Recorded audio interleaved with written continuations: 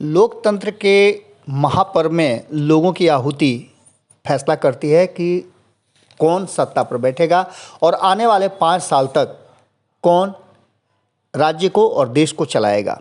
5 राज्यों में चुनाव हो रहे हैं, लेकिन सरगर्मी बिहार में बढ़ी हुई है। आपको बता दें कि उत्तर प्रदेश, पंजाब, उत्तराखंड और गोवा सहित मणिपुर में चुनाव हो रहे हैं और इन चुनावों के आज अंतिम चरण के मतदान होने हैं।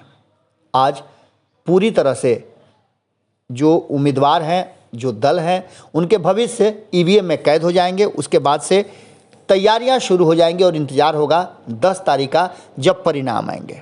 आपको बता दें कि खास करके यूपी को लेकर के और यूपी के चुनाव को लेकर के बहुत सारी संभावनाएं और उम्मीदें टिकी हुई हैं। जैसा कि आप सभी जानते हैं कि ये देश सबसे बड़े राज्य का हिस्सा है और सबसे बड़ा राज्य है उत्तर प्रदेश। उत्तर प्रदेश जो 403 सीटों के विधानसभा वाला है, इसमें एमएलसी के 100 सीट हैं और उसके साथ ही 80 सीटें दे करके उत्तर प्रदेश इस देश में और देश की सरकार को बनाता है। आपको बता दें कि यूपी में 2017 जैसी वोटिंग के ट्रेंड मिल रहे हैं।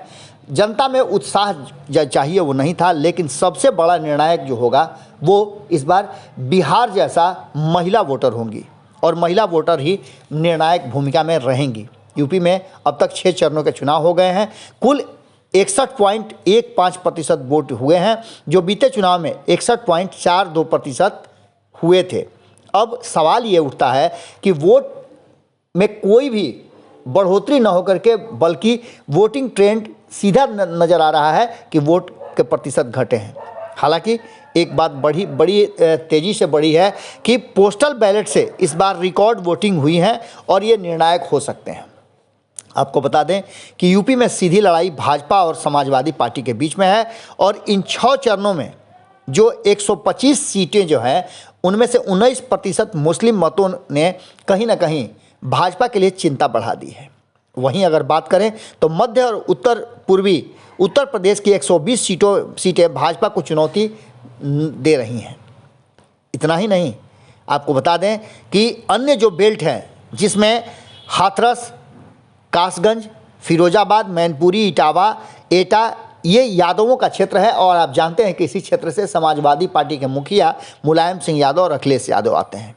इसमें दबदबी जो है वो बनी हुई है इनकी, और किसान यहाँ आलू की अच्छी खेती करते हैं, इसलिए आलू लैंड के रूप में भी यहाँ जाना जाता है, आलू बेल्ट के रूप में जाना जाता है।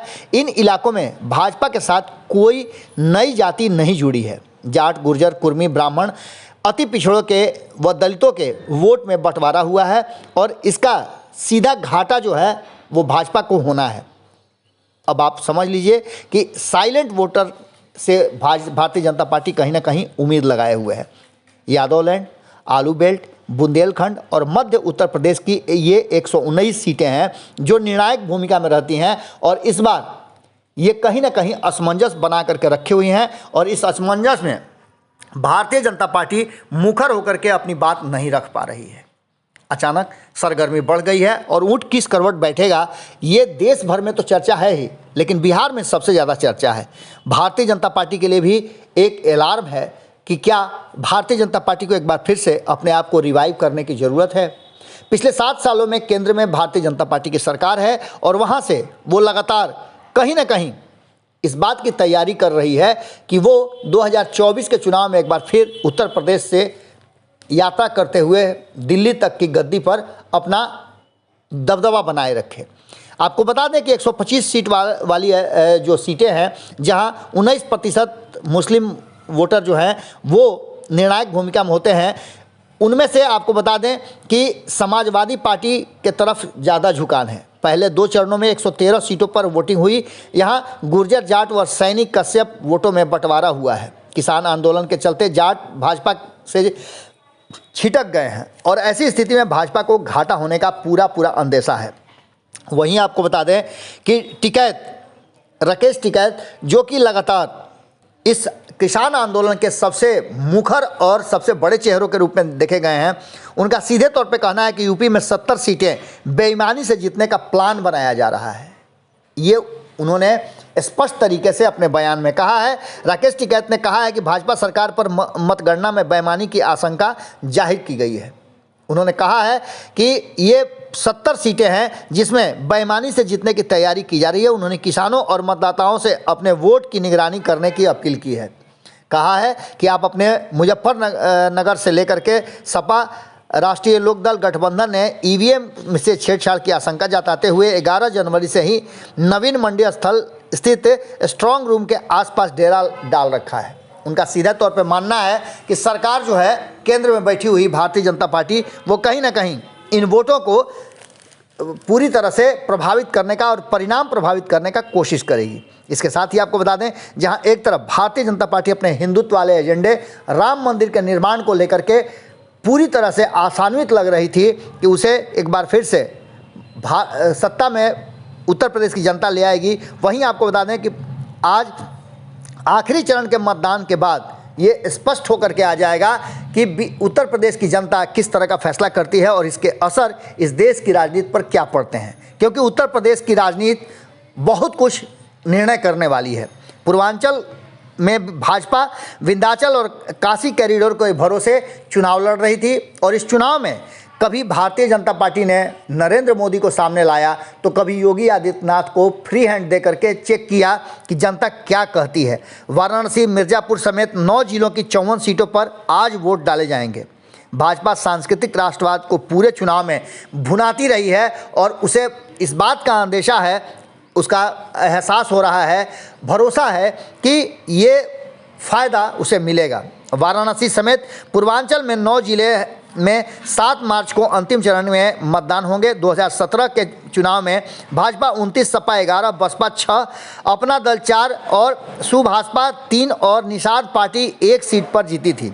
इस अंतिम चुनाव में हिंदुत्व बड़ा मुद्दा है। भाजपा ने इस चरण में मिर्जापुर में स्थिति विंध्याचल कॉरिडोर और वाराणसी काशी विश्वनाथ कॉरिडोर को भुना रही है।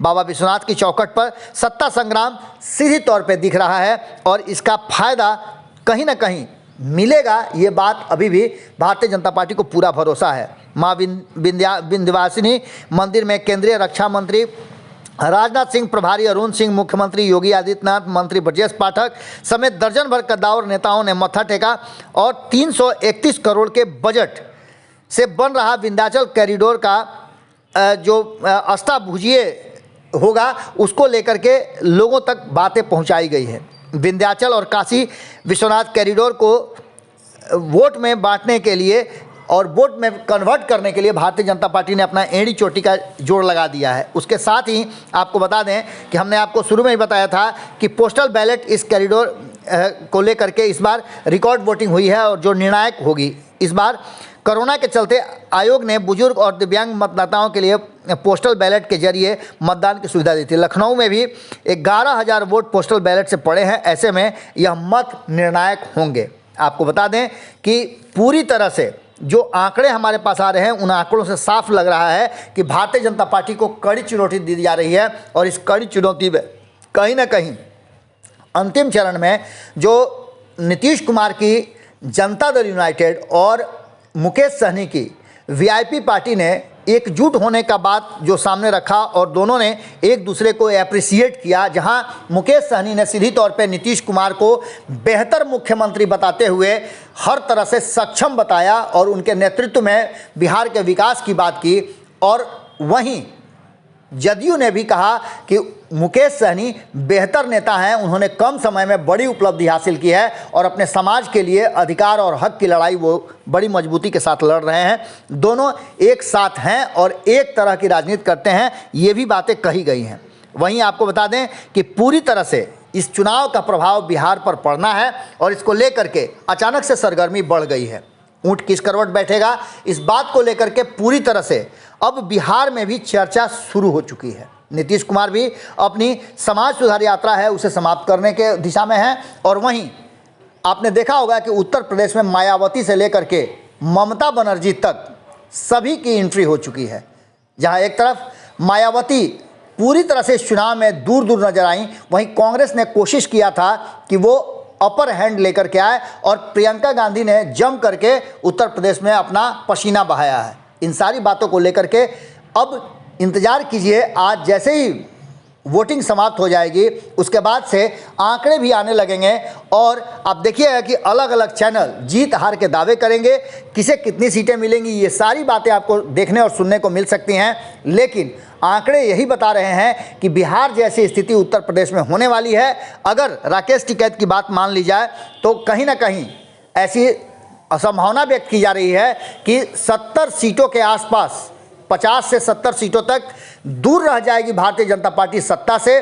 और ये आंकड़े कैसे पूरे किए जाएंगे, इसका जुगाड़ तंत्र लगना शुरू हो गया है। बिहार में भी आपने देखा था कि महागठबंधन जीत की तरफ बढ़ते बढ़ते अचानक से 2 चरणों में पिछड़ गया था और जिसके कारण नीतीश कुमार की सरकार बनी थी। बड़े दल के रूप में भले ही राष्ट्रीय जनता दल आया था, लेकिन सरकार नीतीश कुमार और एनडीए की बनी थी। अब उत्तर प्रदेश की बारी है और उत्तर प्रदेश में अगर ममता बनर्जी और लालू प्रसाद ने जो आह्वान किया था, जो अपील किया था, उसके असर देखने को मिलेंगे तो मान के चलिए आप कि उत्तर प्रदेश में भारतीय जनता पार्टी को मुश्किल होगी सत्ता में वापसी करना। इसका सीधा असर और सब कुछ जो नज़र आ रहा है वो बिहार में भी देखने को जरूर मिलेगा। जुड़े रहिए भारत लाइव के साथ। आपकी नज़र पूरी तरह से भारत लाइव पे होनी चाहिए, क्योंकि हम आपके लिए देश और दुनिया से जुड़ी सभी खबरें पहुंचाने का हर संभव प्रयास करते रह रहे हैं। नमस्कार। अगर ये वीडियो पसंद आई और वह बिहार के राजनीति और बिहारियत से सरोकार रखेनी तो सब्सक्राइब बटन दबा के चैनल के सब्सक्राइब कर ली। ओजे एगो घंटी बा, ओकरा बटन दबा देला से कुल सटीक और मारक खबर रुआ मुफ्त में मिल जाई। अगर रुआ पत्रकारिता के हमनी के नया प्रयोग में सहयोग कर चाहतानी तो ज्वाइन बटन दबा दी। पेटीएम नंबर नोट कर ली 9386816700। धन्यवाद।